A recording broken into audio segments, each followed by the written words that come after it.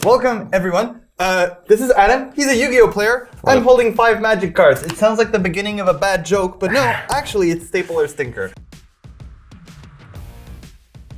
So the way this game goes is I have 5 cards. Each of these are what we call either a staple or a stinker. A staple is something that, in this case, was judged originally, was either completely ignored, or just people weren't that excited about it. They didn't think it'd be that big, and then ended up seeing a lot of play across a lot of different formats. A stinker in this case, no, it's not that the card is necessarily bad, it's that everyone thought it would blow the format right open. It would have to be insta-banned. Often these are cards that were called for bannings before they were released, or had emergency bannings, let's go. Or commanded huge price tags, and then womped into the format where they saw almost no play. So we'll go into these right now. We have 5. You get a point for everyone you get right. We hope you get more than 3. If you get more than 3, I'll consider you successfully proficient. Are you ready to get into it? Yeah, let's go for it. Just before we do this, please, if you see that sub button and it doesn't say you're subscribed already, if you click it, you make us and our bosses happy. It costs you nothing. Just throwing that out there. Thank you very much. It's very kind of you. Oh, you shouldn't have. Now let's do this. Card number 1. All right, let's go. Do you want to give it a read? Yeah, we'll give it a read. Okay, so card number 1. Lion's Eye Diamond. It's an artifact. Sacrifice Lion's Eye Diamond, discard your hand, add 3 mana of any one color to your mana pool. Play this ability as a mana source.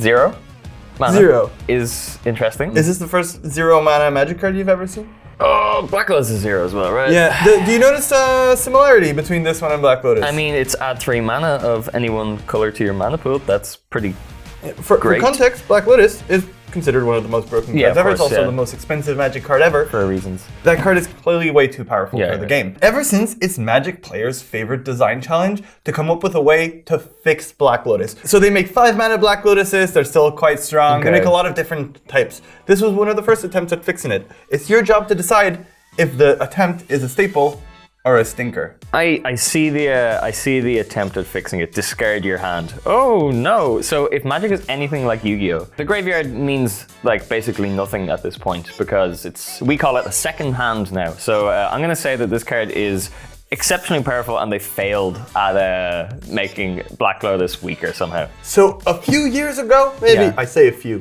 20 years ago, whenever Mirage was printed, you would have been completely wrong. Oh, yeah. This card came out and they're like, oh no, wait, you need cards in your hand to be able to play them. This is not that good. And it didn't see that much play. They had a rules fix at some point where people tried to fix it again because they realized you could play a spell on the stack and then use this to pay for it. It didn't do that big of a deal until we started using the graveyard a lot more. And you are right, the graveyard is a friendly extra hand. This card is limited in Vintage, which is the most powerful. You're only allowed to play 1. It's the only format where we have that Yu-Gi-Oh type thing. That's funny. Because it used to be, oh no, all my cards are in my graveyard. What am I gonna play? What? I get to put cards in my graveyard? There's cards, there's cards like Blast in Flames, where you get to flashback, play, that turn you get to play all the cards in your graveyard. And you get 3 extra mana for the upside of putting cards in your graveyard. There's a mechanic called Dredge, where instead of drawing a card, you just put the top X cards of your library, sometimes up to 6, into your graveyard, and then take 1 of those back to your hand. And then you use this mana to do other ridiculous things. We had a similar archetype that does that in Yu-Gi-Oh recently, and it's broken. It's the best deck in the format. They never learn. They never seem to learn. So yeah, this is absolutely a staple. Congratulations, Adam. Okay, I feel like that one was easy. It's not considered so. A lot of beginner players look at this and go, this is unusable. Okay. But you're a veteran Yu-Gi-Oh player. You're Irish national champion. You actually are, right? Yeah, so you're a good man. You're a good player. You know TCGs. I can play at least. I present number 2. Next card. This is Doom Whisperer. Okay, Doom Whisperer. 2 black, 3 colorless. Creature, Nightmare Demon. Flying, Trample. Pay 2 life. Surveil 2. Look at the top 2 cards of your library and then put any number of them into your graveyard and the rest on top of your library in any order. So yeah, 6/6 is pretty big. So flying and trample. So we call that flample in the business. Flample. Yeah. Oh yeah, okay. It's quite good. Why not trying? It just seems a little sad. This card is trying. 5 mana, heavy investment. But 5 mana 6/6 seems like pretty solid stat line. I'm not trying to influence you too much, but at least for you to know, 6/6 is a chunky boy. Pay 2 life, surveil 2. All right, so life means nothing. Never has, never will. Surveil 2. I'm trying to just figure out how good Surveil 2 is look at the top 2 cards of your library, put any number of them in your graveyard, and the rest on top of your library in any order. So I'm inclined to say that this is not a very good effect, unless you build around cards that can put stuff in the graveyard, and then all of a sudden, it becomes pretty good. Well, for you to understand a Magic player's perspective on this, it not only lets you control what you're about to draw for a certain amount of life, because you look at the top cards, like, I don't want these. You look at the top cards, oh, I want one of these, and you keep it. Or it's a very handy way of putting cards in your graveyard. Oh wait, this doesn't tap the card, so you can just keep doing this. Oh, you can do this as much as you want. Okay, fine. All right, flying and trample as well is really, really good in this card. This is harder than I thought it would be. That's the point. That's when we've achieved. Well, for reference, we took a lot of these from the comments. We're not that creative ourselves, but you guys are pretty good at suggesting staples and stinkers that are pretty difficult. So if you do like this and want to suggest some of your own, we are very much. We do read the comments. We read the comments, and you're more than welcome to suggest anything. Both on the Magic and the Yu-Gi-Oh. All right, 6/6, also big, and you can do this as many times as you want in a turn. The cons of this card: 5 mana. And I feel like that's a lot, but there's definitely ways you can cheat this. So I'm gonna say, while I don't think it's overwhelmingly anything, I'm gonna say this card's pretty good. I'm gonna put it in the same pile as Lion's Eye Diamond. So you would have been really well aligned with Annika from our channel, who, when she started playing, opened one of these in her first packs. Unfortunately, you were both wrong. This card does so much. It has so many stats. And 6/6 is actually huge. 6/6 flying trample is a hell of a clock. And especially in standard at the time, mid-range decks were like, this does everything. What went wrong with it? Like, people didn't catch up with the times. Okay. See, at the time you had 2 mana removal spells that just kill it the turn someone paid 5 mana for it. One of the most played cards was Fairy Time Raveler, 3 mana Planeswalker that just bounces stuff and draws a card. They have their 3 mana Planeswalker that is already been sitting around for 2 turns. You tap 5, play this, they're like, huh? Nice 5 mana investment, buddy. This is going back to your hand, and I'm drawing a card for my troubles. It just doesn't do enough. Stat lines are not as powerful as they used to be. Also, I checked on EDH Rec in case the Commander people complain. This has 0% played in 0% of the decks. It's okay. Right. You've got 3 cards to redeem yourself. All right, let's go. I'll present to you Tybalt, the Fin-Blooded. 2 red. He's a Planeswalker. Do you remember Planeswalkers well from when I presented Oko to you? Yes, I do remember Planeswalkers. Okay. From Oko specifically, I remember he was nutty. So for Yu-Gi-Oh players just watching and who are encountering a Planeswalker for the first time, it's like it's an extra player that you can play, except their spells that they can play are a lot worse than you. They can only do 1 a turn. In this case, you pay 2 mana to have an extra player that has 2 life, and your opponent can attack either you or that other player that has 2 life in this case. And the abilities either add to his life. The way they pay for their spells is by subtracting themselves life or adding themselves life. So you can go up to 3 life by doing the first ability, or once it's got more life, it can reduce its life total by casting the other ability. So it's +1 is draw a card, then discard a card at random. It's pretty good. -4. Tybalt the Fiend-Blooded deals damage equal to the number of cards in target player's hand to that player. And -6, gain control of all creatures until the end of the turn. Untap them. They gain haste until the end of the turn. For context, when you usually take your opponent's creatures, they don't have haste, they have summoning sickness. Okay. But this cures them of this disease, and they may attack immediately. Awesome. All right. Well, it's low mana investment, so 2. Okay, so it's +1, which is the advantageous part of it getting more health, kind of. Draw a card, then discard a card at random. That's good. Drawing a card and putting a card in the grave is pretty good. Random, not so good. Could be good if you build your deck around it. It's -4. Hoo boy. So for context, Magic has a greater hand size limit, right? So it's 7, I think? Yes. Yeah, okay, because Yu-Gi-Oh! It's 6, and you can start even, off with in 5. a turn, you can draw 100, well, you don't have 100 cards in your deck, but you can draw 100 cards if you want, and if you have them, but at the end of the turn, you have to discard down to 7. Also, especially in Commander, there's a lot of popular cards that make you have no maximum hand size. Commander players just like holding fistfuls of cards. You only get 1 of each card though, Commander, right? That's why you want to see them all. Yeah. You paid so much for them. And then it's -6, gain control of all creatures until the end of the turn, untap them, they gain hasten. That's really, really good. That's really, really powerful, but it's -6. You have me shook with the Doom Whisper. I like it. It seems like the community this time picked some really good ones. I think Tybalt's good though. I think the low mana investment. Okay, also really quick. If this dies, Do you die? No. It just dies itself. Okay, cool. It goes to your graveyard. I think it's pretty good. I can't see any like disadvantage to it. What do you call them? Health? Like It's loyalty counters. It's loyalty, but, sure. If you had a way to manipulate loyalty counters more other than just being on the card itself, I'm assuming you do, then that -6 also seems really good if you can just drop a Tybalt. So I'm going to say Tybalt is good. So putting them here? Yeah. So this card is absolutely famous, has a cornerstone for Magic's history for how bad it is. Really? This card is famously the worst Planeswalker ever printed. 2 mana, it keeps on going up in loyalty, it can steal your opponent's creatures in an aggressive deck. It seemed really strong. This card was so expensive until people started playing with it and realizing that the game plan of discarding a card at random is too painful to then wait 2 more turns to just be able to deal what, like 3 damage to your opponent 2 turns later. Your whole game plan, you can't build around anything if you're relying on this removal spell for when they kill a creature and then you have to discard it out of nowhere. See, that's so baffling to me in terms of like how the mechanics are different, because drawing a card in Yu-Gi-Oh! Is so powerful. We have a whole archetype called the Dangers, where their whole shtick is the danger monsters. You reveal them in a hand, you put your hand on the table, your opponent picks a card at random, and you discard that card to the graveyard. And if it wasn't the monster you revealed, you special summon that monster. So one of the most broken Magic cards ever printed is called Hymn to Torak, which is 2 mana. Target opponent discards 2 cards at random. I'm just thinking from like combo standpoint, that -4 seems powerful if you can make your opponent draw cards. You jump through so many hoops to get to that -4. Like Planeswalkers, you have some things that will make them double the counters they put on themselves and stuff. But that -4, Magic hands tend to not be that large. Normally, even a control deck at most that has just been drawing cards, you're going to deal 7 damage to them, and you'll have a lot of hoops to jump through to do it. We would find a way, if we had that card, we would find a way to make your opponent draw 20 cards, and then just Don't use forget that in Magic, mana is a very important resource. Speaking of mana, I think this is the first time you'll ever have to give a rating to a land. Okay. I present Rashidan Port. Rashidan Port. So it's a land.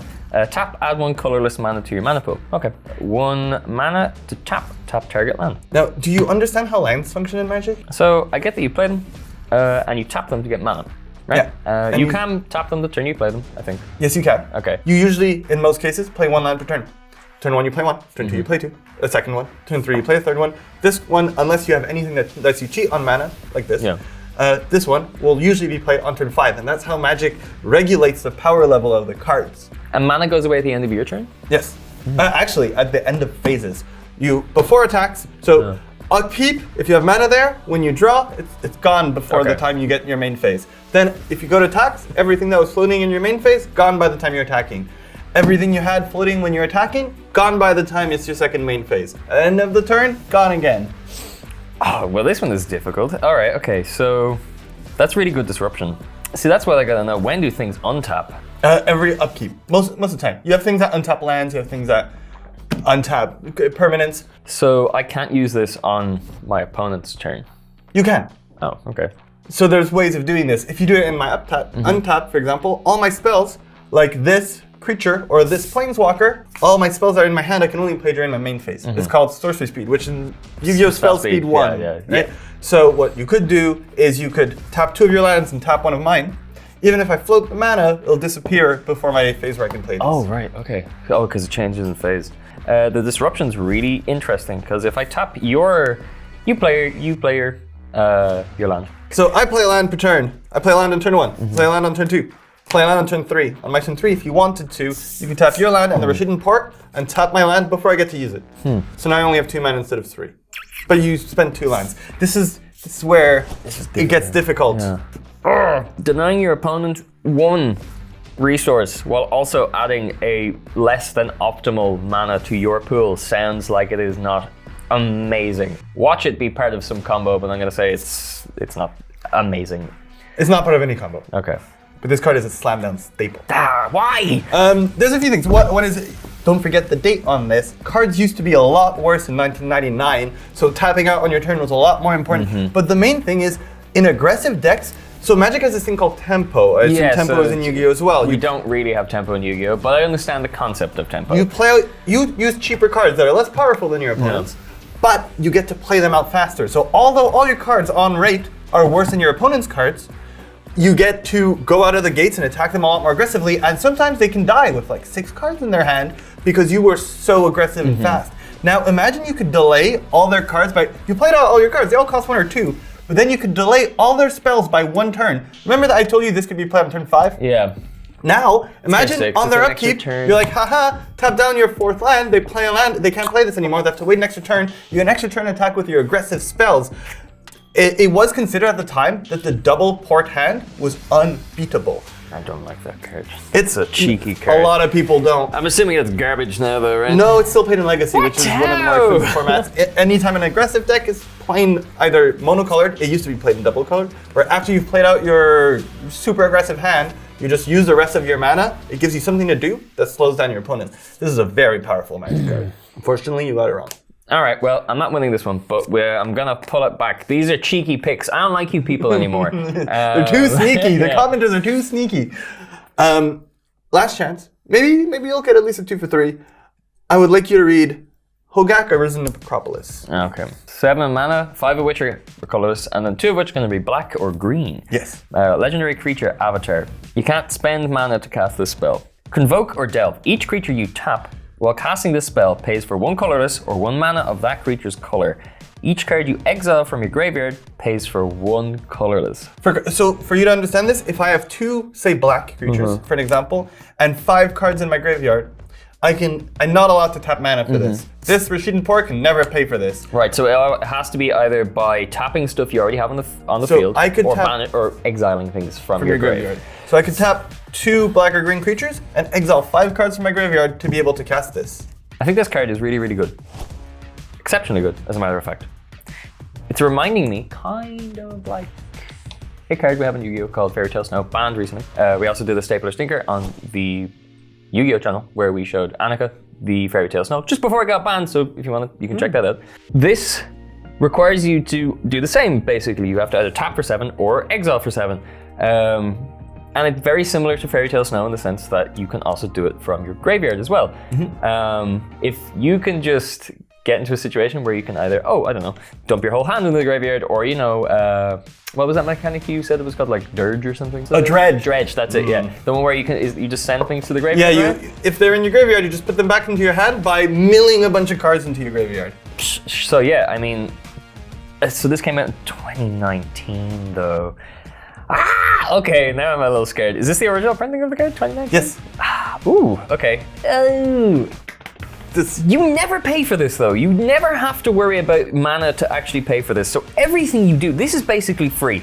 So if this is not an amazing card, I'm going to be very frustrated with everyone involved, including me, because this is always free. You are never paying mana for it. You can use your mana to do other things and then get other stuff. Sure, you might have to tap, but I have a feeling you're also probably never tapping stuff. You're probably just banishing, unless the tap is beneficial to you in some way, in which case it's great. I think this card's amazing because it reminds me of an amazing card in Yu-Gi-Oh! And also, it's basically always free. And it has trample. And it's an 8/8. So a free 8/8 seems pretty good. So I'm going to say this card is really good. So this card not only looks like it is the boogeyman of the modern. People still have nightmares.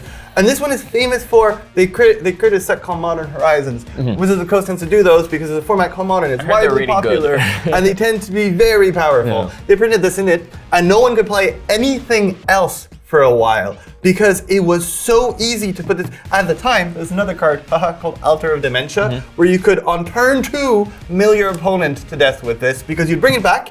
And it was a card that when you'd sacrifice a creature, you'd mill an opponent or yourself for that much for their power. Hogak, so you would mill Hogak yourself for a while until you milled your whole deck, and you had cards in your graveyard that every time your creatures died, you'd have creatures, blah, blah, blah. And then now that you had a billion creatures, you just sack all of them, mill your opponent. Turn 2. It was broken. And then they're like, okay, we can't sack Hogak. We just printed Hogak. We're gonna ban Altar of Dementia. All the other things, we're gonna hit around it. Like, it's like, And after something called Hogak Summer, then people still shudder at the mention of. They finally, after a long series of playing around it, decided to ban this along with some other cards that don't really deserve to be banned, but that's another video entirely. But this ultimately saw the axe after a few months. It did not stay legal for long. Okay. This card is hella broken. This is an absolute staple. It's not a staple in the way that people are playing it right now. It's a staple in a way that you don't because you're not allowed to. Yeah, it was so good that they had to just smash everything around it, and then eventually decide that they had to destroy You know how it. Doom Whisperer is not a good card anymore? Because that's Doom Whisperer on crack. Yeah, it's because of cards like this that cards like this were not good anymore. Well, thank you guys for watching. I hope you liked it, and please, for the next one. Now, Adam officially didn't pass. You still have to do more. If you can suggest some more cards that we can use in staple or stinkers. Ideally, either cards, not Commander cards, are too hard to judge. There's no metagame in Commander. But cards Carl just hates Commander. but also, it doesn't work for this game. Any Commander card can be broken in the right deck, and there's no verifiable metagame. But if it's a card that people either slept on and ended up being broken, or everyone got really excited for and it ended up being a stinker over a staple, please suggest them in the comments below. And we'll use them next time. In the meantime, please sub if you have that opportunity to do so. Hopefully, if you don't have the opportunity, it's because you're already subbed. And we'll see you guys in the next video. Bye, everybody.